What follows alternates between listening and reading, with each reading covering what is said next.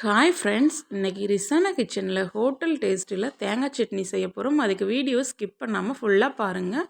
ஒரு கடாயை அடுப்பில் வச்சுட்டு எண்ணெய் சேர்த்துக்கோங்க. எண்ணெய் காஞ்சதும் 1 ஸ்பூன் கடலைப்பருப்பு சேர்த்து நல்லா வறுத்து எடுத்துகிட்டு ஒரு பிளேட்டில் வச்சுக்கோங்க.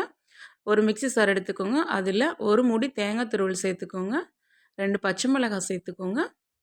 ஒரு கைப்பிடி அளவு வேர்க்கடலை வறுத்து சேர்த்துக்கோங்க.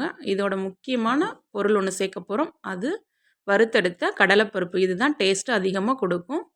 2 பல் பூண்டு, ஒரு துண்டு இஞ்சி, ஜீரகம் 1/4 ஸ்பூன், அது கூட 2 சின்ன வெங்காயம் சேர்த்திங்கன்னா இன்னும் கொஞ்சம் டேஸ்ட்டு நல்லாயிருக்கும்.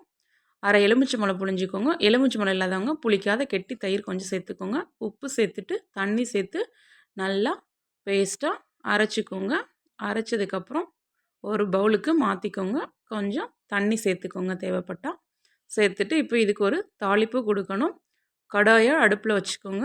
காஞ்சதும் எண்ணெய் சேர்த்துட்டு கடுகு உளுந்தம் பருப்பு, வரமிளகா, கருவேப்பிலை சேர்த்து நல்லா பொரிய விட்டு சட்னியில் சேர்த்துக்கோங்க. சூப்பரான ஹோட்டல் ஸ்டைலில் தேங்காய் சட்னி ரெடி ஆயிடுச்சு. நீங்களும் இது மாதிரி செஞ்சு சாப்பிடுங்க.